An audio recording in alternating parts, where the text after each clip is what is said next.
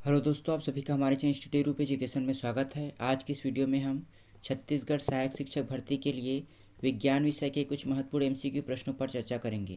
तो चलिए video start करते हैं। पहला प्रश्न दिया गया है, यदि किसी ऐनक के लेंस की पावर 2 डायोप्टर है तो उसकी फोकस दूरी होगी।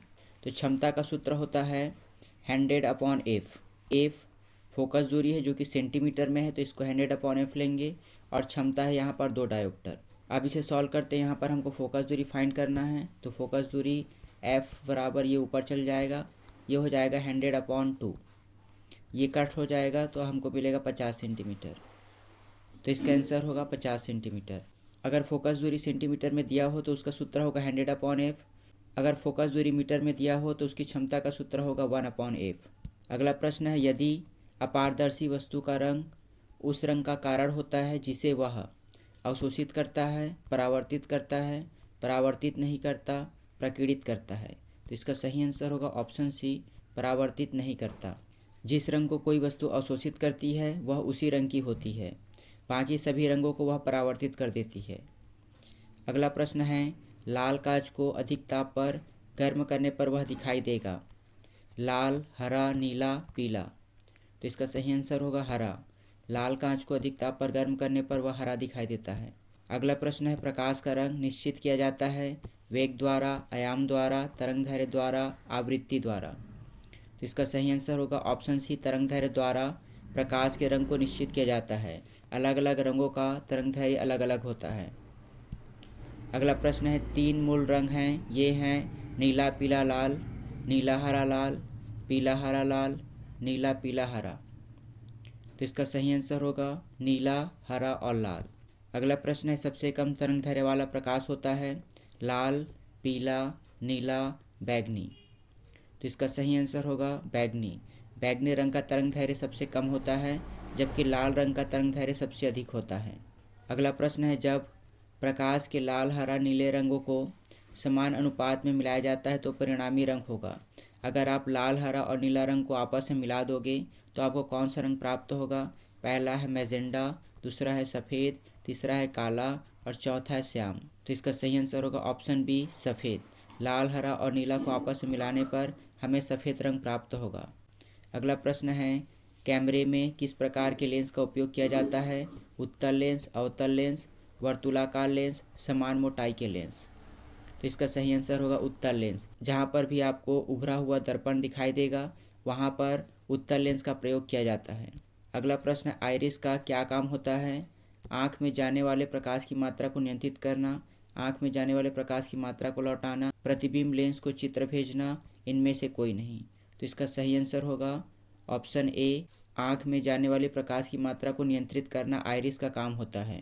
अगला प्रश्न, निकट दृष्टि दोष से पीड़ित व्यक्ति के चश्मे में प्रयोग किया जाता है उत्तल लेंस, समतल उत्तल लेंस, अवतल लेंस, समतल अवतल लेंस, तो इसका सही आंसर होगा ऑप्शन सी, अवतल लेंस। निकट दृष्टि दोष से पीड़ित व्यक्ति के चश्मे में अवतल लेंस का प्रयोग किया जाता है। अगला प्रश्न है, दूरदृष्टि दोष के निवारण के लिए काम में लेते हैं अवतल लेंस, उत्तल दर्पण, उत्तल लेंस, अवतल दर्पण, तो इसका सही आंसर होगा ऑप्शन सी, उत्तल लेंस। दूरदृष्टि दोष के निवारण के लिए उत्तल लेंस प्रयोग किया जाता है, जबकि निकट दृष्टि दोष के निवारण के लिए अवतल लेंस का प्रयोग किया जाता है। दूरबीन का आविष्कार किया था गैलीलियो ने, गुटेनबर्ग, एडिसन, ग्राहम बेल, तो इसका सही आंसर होगा ऑप्शन ए, गैलीलियो ने दूरबीन का आविष्कार किया था। अगला प्रश्न, विभवांतर का मात्रक होता है एम्पियर, कूलम्ब, वोल्ट, ओम, तो इसका सही आंसर होगा ऑप्शन सी, वोल्ट। विभवांतर का मात्रक होता है वोल्ट। अगला प्रश्न है, एक आदर्श वोल्ट मीटर का प्रतिरोध होता है 0, 1, 1 से कम, अनंत, तो इसका सही आंसर होगा ऑप्शन डी, अनंत। एक आदर्श वोल्ट मीटर का प्रतिरोध अनंत होता है। अगला प्रश्न है, प्रतिरोध का मात्रक है एम्पियर, कूलम्ब, हेनरी, ओम, तो इसका सही आंसर होगा ऑप्शन डी, ओम। प्रतिरोध का मात्रक होता है ओम। प्रतिरोध को आर से प्रदर्शित करते हैं। घरों में लगे पंखे, बल्ब आदि लगे होते हैं श्रेणी क्रम में, मिश्रित क्रम में, समांतर क्रम में, किसी भी क्रम में, तो इसका सही आंसर होगा ऑप्शन सी, समांतर क्रम में। घरों के सभी उपकरण समांतर क्रम में लगे होते हैं।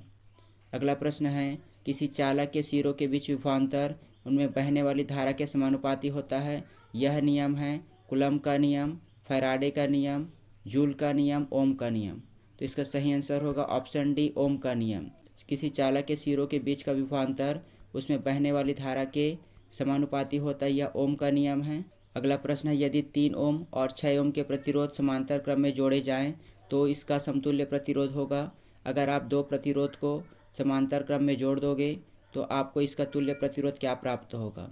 यहाँ पर पहला प्रतिरोध 3 ओम का है और दूसरा प्रतिरोध 6 ओम का है। इसे 1/3 प्लस 1/6 करके इसे सॉल्व करने पर हमें तुल्य प्रतिरोध प्राप्त होगा। तो यहाँ पर नीचे को मल्टीप्लाई कर देंगे, तो मल्टीप्लाई करने से 18 होगा। ये क्रॉस मल्टीप्लाई होगा, 6 कम 6 होता है, प्लस ये क्रॉस मल्टीप्लाई होगा तो 3, ऊपर को जोड़ देंगे तो ये प्राप्त होगा 9, 9/18। यहाँ पर इसे कटा देंगे 9/18 को, तो हमें प्राप्त होगा 1/2। इसे पलटा देंगे, यहाँ पर 1/r प्राप्त होता है, 1/r बराबर 1/2, तो r बराबर होगा 2। तो इसका आंसर होगा 2 ओम। अगर आप 3 ओम और 6 ओम के प्रतिरोध को समांतर क्रम में जोड़ दोगे तो आपको तुल्य प्रतिरोध 2 ओम प्राप्त होगा।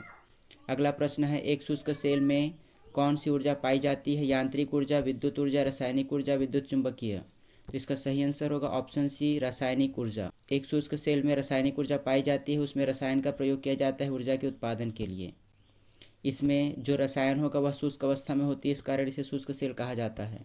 और इस वीडियो का आखिरी प्रश्न, एक समान शुष्क सेल में विद्युत अपघट्य होता है जिंक, गंधक का अम्ल, अमोनियम क्लोराइड, कार्बन। तो इसका सही आंसर होगा ऑप्शन सी, अमोनियम क्लोराइड। एक समान शुष्क सेल में विद्युत अपघट्य के रूप में अमोनियम क्लोराइड का प्रयोग किया जाता है। तो ये हुआ विज्ञान विषय की कुछ महत्वपूर्ण MCQ प्रश्न। अगर आपको वीडियो अच्छी लगी हो तो वीडियो को लाइक करना ना भूलें।